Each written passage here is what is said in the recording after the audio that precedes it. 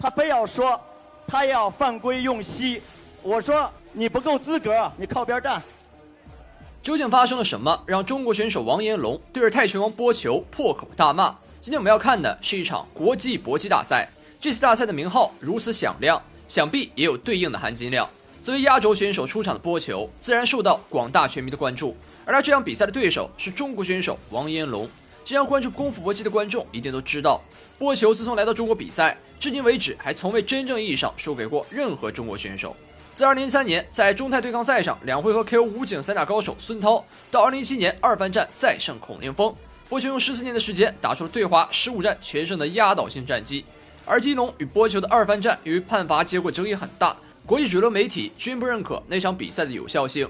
如果再加上波球在国内的2场业余赛，那么波球对华的战绩就达到了恐怖的17战全胜。波球曾经说过，7000个这个量级，中国选手没人能战胜他。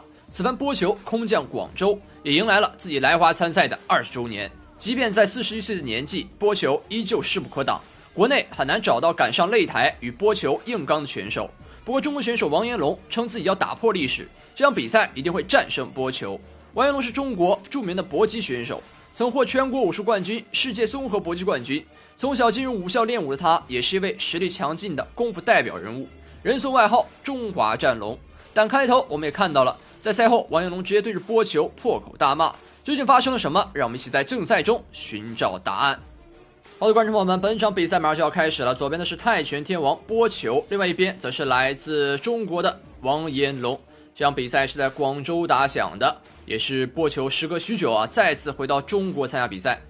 那这场赛事的话，也是被许多观众寄予了厚望，因为王彦龙其实也是很久没有打搏击比赛了。他近些年来呢，更多的是参加一些影视作品，比如说在成龙的电影《急先锋》中，他就出演过。现在很多人会调侃他不像是一个搏击选手了，而是一个动作功夫演员。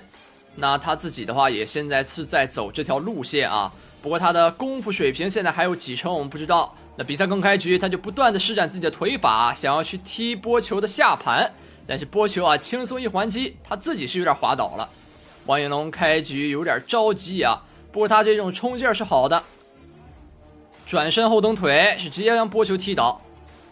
感觉王彦龙这场比赛开局气势正盛又来转身后蹬腿，再来回旋踢，波球有点生气，前手后手先还击，摸下自己的关键位置。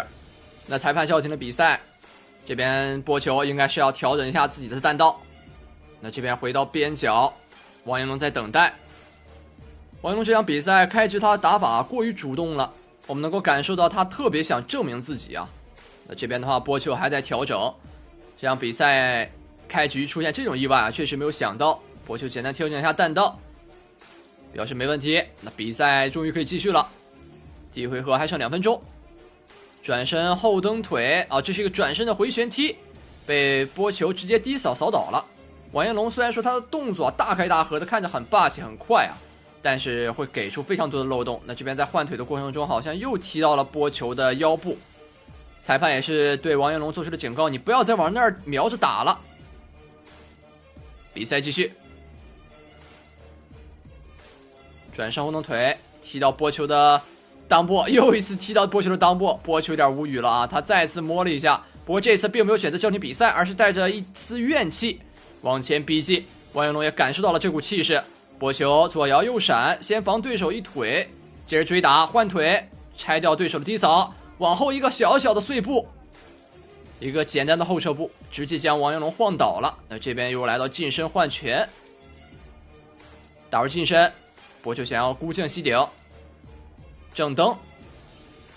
可以看到王彦龙的出招完全被波球看穿了，每一次出腿都被波球轻松化解。这边想要转身后蹬腿，又一次被波球从背后搂住，转身一甩，两人换拳，拉开距离。左手的重击，正蹬，顶膝。那这边裁判也是叫停了比赛，可以看到王彦龙来到边角，他挥手说自己不打了。裁判有点懵不知道这是发生了什么情况。他先安抚一下波球的情绪，王彦龙在边角徘徊。这场比赛打到现在，目前来看一切都正常，只有王彦龙自己打的是过于激进了。但是这边裁判开始比赛之后，王彦龙选择在边角站着不动，他不玩了。现场观众也是响起了很大的一个反应，非常大的一个嘘声。王彦龙跟裁判表示，他跟我玩赖的，他不跟我好好打，我生气了，宝宝生气了，谁都不好使。王彦龙也是不听裁判的劝解，他表示要放弃掉这场比赛，因为波球在比赛的过程中使用了一个孤镜吸顶的打法，这是他不认可的。但是我们在搏击比赛的规则里啊，是允许这样的打法的，只要说你不是连续的孤镜吸顶都没有问题。那这场比赛中进行啊，我们没看到波球有连续的一个孤镜吸顶，而且裁判也没有叫停，所以说这种行为是完全合理的。那么王彦龙呢是提出了自己的诉求，但他这个诉求也要看是否合理。他现在在边角表示自己要放弃掉这场比赛。我们来看一下这波的回放啊，这边是孤镜吸顶，顶吸顶了一下，也是因为这一下啊，让王彦龙觉得波球违规，可能是因为波球的力度过大，或者说顶到了他的下巴，怕把脸顶坏了，这样以后做不了演员了，所以王彦龙啊有点生气。波球在边角等待，好不容易回中国打一场比赛啊，结果打了第一回合还没打完就发生这样的情况，现场观众也响起了巨大的嘘声，很多人为波球抱不平，而且波球这场比赛还被踢裆了啊！波球非常尴尬，在边角指了一下自己的脆弱部位。那这样的话，经过简单的沟通，好像比赛又能继续了。但是波球这个时候不乐意了，我那个动作是完全没有问题的，你却拿这个来投诉我。如果你认为这有问题的话，那我也不屑于跟你玩。王彦龙说：“行，那咱们就都别打了，都别玩了。”两位选手都来脾气了。可以看到王彦龙说对手是用违规的顶法，也是在跟对手的教练团队在掰扯啊。那么对手的教练团队说我们没有连续吸顶啊，那你为什么要用这种方式去叫停比赛呢？非常不合理。那么这样的话，比赛最终在此刻停止，最后将要以一个无结果的方式来进行判定，因为两位选手协商了半天啊，根本没法协商出来一个有效的方案。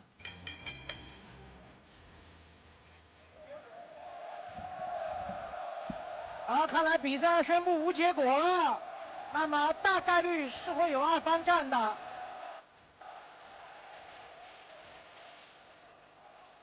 这平局吗？应该无结果吧。在经历了弃赛风波之后，宣布赛果的时候，居然又出现了令人大跌眼镜的情况。这场比赛没有进行下去，居然没有是一个无结果的方式，而是一个平局。明明这场比赛啊，波球是占据优势的，但是因为对手的弃赛，导致这场比赛为他增加了一个平局的战绩。其实这是完全不合理的。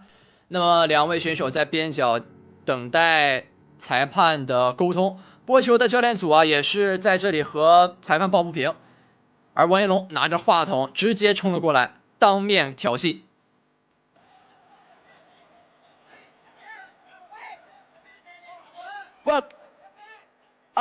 波球他非要说他要犯规用膝，我说你犯规用膝，那我们就直接 MMA 就不要这个什么了，是吧？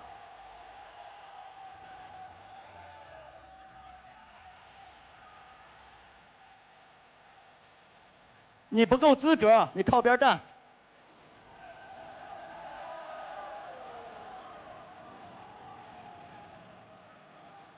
真的，反正他喜欢用肘用膝，我说我们直接什么都用都得了，就不用，是吧？